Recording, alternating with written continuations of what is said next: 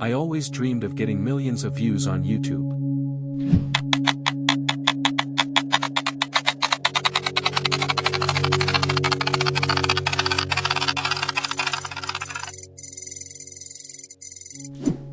But I never thought that could come with deadly risks. We are going to spend the next 24 hours in the desert. And the boys are going to spend 24 hours straight in the Bermuda Triangle. Antarctica, we're going to survive the next 50 hours here. We are now stranded on a raft in the middle of the ocean. And there goes our boat. We are now stranded for 7 days. I'm going to spend the next 7 days buried alive under 20,000 pounds of dirt. I don't normally do intros like this, but I'm currently descending hundreds of feet into a cave that runs over 5 kilometers deep into the earth. Now stranded in the Arctic for the next 7 days! All we have to survive out here is what is currently on our back. You are dead. There is no anti-venom. And over the next 3 days, I'm going to be traveling to the very center of this island. All for views and revenue. Sometimes the outcome doesn't come out as expected. Man has died after he fell through the ice on Lake Champlain last night. Vermont State Police say rescue crews found Wayne Alexander of Grand Isle in the water Thursday night at about 9:30 in a flotation suit. You might think every survival video you see on YouTube are showing someone truly alone against nature. The truth is, most aren't real, neither fake, but they're also not raw survival. They're carefully planned entertainment productions, built around cameras, logistics, safety teams, and rescue plan. That's how some of the world's biggest creators, including MrBeast, can film survival-style videos in extreme environments while managing the risks behind the scenes. Today, I'm pulling back the curtain. We'll investigate how YouTube's biggest survival videos are actually made and compare them with real cases where creators attempted similar adventures without the same level of support, resulting in serious injuries, disappearances, and, in some cases, death. Because sometimes the biggest difference between a viral survival video and a tragedy is everything happening just outside the camera frame. Let's start with one of YouTube's biggest survival productions. In this video, MrBeast and his friends spend time in the Arctic, one of the harshest environments on Earth, without further assistance. It all fit in our fort. It looks a little tight in there. We have a place to sleep tonight. And it's really comfortable. If we can't extend our leg, yeah. I'm not even in here. We have 2 hours left of sunlight, and we're never gonna sleep well like this. It might not be comfortable for these divas, but we're at least not gonna die. At first glance, it looks like a handful of people battling the freezing wilderness. But what the audience sees on camera is only part of the story. But there's a team of over 100 people and safety equipment behind the video. Remember, this is entertainment. That doesn't mean MrBeast will go to survive on Arctic or Antarctica by themselves. Productions of this scale require extensive planning, equipments, logistics, safety protocols, and support personnel operating behind the scenes. The goal is to create an entertaining survival experience while reducing unnecessary risk. So what exactly is the Arctic? The Arctic is the region surrounding the North Pole, much of it covered by an ocean surrounded by land. During parts of the year, it experiences 24 hours of daylight, and during others, 24 hours of darkness. Millions of people, including indigenous Inuit communities, live in Arctic regions. But surviving there isn't simply a matter of endurance. It requires experience, preparation, and specialized equipment. Can anyone survive in Arctic? The dangers are very real. Hypothermia, a dangerous drop in body temperature. Frostbite, which can permanently damage fingers, toes, ears, and the nose. Snow blindness caused by intense sunlight reflecting from ice. And in some areas, polar bears, one of the world's largest land predators. Without proper preparation, even a short mistake can become life-threatening. Let's take a similar situation where some YouTuber De Beul. That reality became tragically clear in the case of Belgian YouTuber De Beul. This is the last photo taken of 22-year-old Belgian YouTuber before he tragically died buried in the snow. Storm De Beul, known for sharing daring expeditions on YouTube, was caught in a deadly snowstorm while trekking alone. As night fell, the snowstorm reached its peak. Inside his tent, he faced relentless winds and snows that eventually caused it to collapse, leaving him fully exposed to the brutal elements. Storm called emergency services pleading for a rescue. Despite his desperate calls for help, relentless snow and strong winds delayed rescuers from reaching him. His lifeless body was discovered the next day near Yakmont. He set out alone to film a winter survival adventure. There was no large production crew, no nearby support team, no visible safety infrastructure. As conditions deteriorated during the night, he called emergency services for help, but severe weather delayed rescue efforts. He later died from exposure to the extreme cold. Stories like this reveal the difference between entertainment and genuine survival. Large YouTube productions are designed to minimize risk through planning and safety measures. Real survival offers no guarantees, no second takes, no hidden rescue waiting just outside the frame. Enjoy survival videos for what they are, entertainment. But never assume what you see on camera is the complete picture. Have you ever noticed something? The most dangerous moment in a survival video is usually the one shown the longest. That's because danger isn't just experience, it's edited. What you watch in 20 minutes may have taken days, or even weeks, to film. The boring moments disappear, the safe moments disappear. Only the moments that create suspense remain.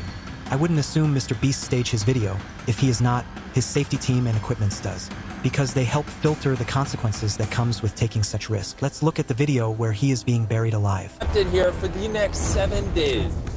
It took the boys. In all seriousness, this is extremely dangerous. And so I don't suffocate, I need to make sure people are watching me at all times. Jimmy, can you hear this? Yeah, it sounds like Nolan's mom is jumping. We all know it is impossible to come back alive once you are buried. Therefore, the spectacle keeps you obsessed with this survival mystery. Such attempts for engagement can cause real-world consequences for someone who would try to copy MrBeast without applying same measures. Being buried underground is one of humanity's greatest fears. The video creates the feeling that anything could go wrong. That's exactly what keeps millions of viewers watching. But a production like this isn't just one person in a box. It requires engineering, emergency planning, communication systems, and people ready to respond if something goes wrong. Those are the parts the audience rarely sees. Take a look at another frightening video from MrBeast. Would you risk dying for $500,000? After receiving backlash for pushing safety boundaries for content video, with comments like, "These challenges are crazy. How many people here want to participate in such dangerous challenges? The risk YouTubers take for content is insane," leading to criticism of the video MrBeast. The video. Let's check another video where MrBeast's descent into cave. Carl, we're still in a hole. Oh my god. And eventually, they finally made it to the bottom. Hey! We're supposed to be working on camp. We just wanted to show how dangerous camp was! Him and his crew explore the dangerous cave for stunt and survival experience. Like I said, he put into account preparation team before filming. This way makes his video staged for safety survival. Meanwhile, the same situation.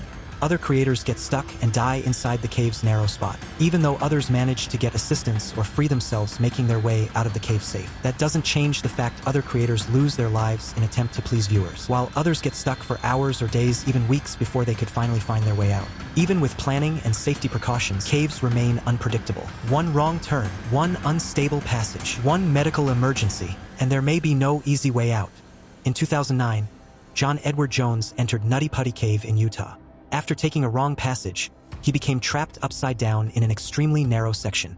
Today, 26-year-old father John Edward Jones went on what was supposed to be a day trip into the Nutty Putty Cave in Utah County. Tragically, that journey ended up being his last. Jones, his brothers, and a larger group explored the cave's winding passageways, having a normal spelunking endeavor. John Jones, however, decided to complete a challenge he thought was possible, climbing through a narrow channel called the Birth Canal. As John headed deeper into the cave, the terrifying reality dawned on him that he took the wrong path. Now enclosed on all sides and facing upside down, emergency services were called to pull him out of the 10 by 18-inch crevice that he was trapped in. John's brother describing what he saw. Closest I could get basically was just seeing his two feet kind of eaten up by that little crevice. You know, I couldn't see his body at all. Now, for over a day, search and rescue tried many methods to get John out, but they all failed. On the fourth attempt to pull John out, the rope and pulley system used broke, dropping John back down into the cave deeper than before. There's an incredible sense of disappointment and discouragement about that having happened, because they know that it was hard to get him to that point, and getting him back to that point again would be a real effort again.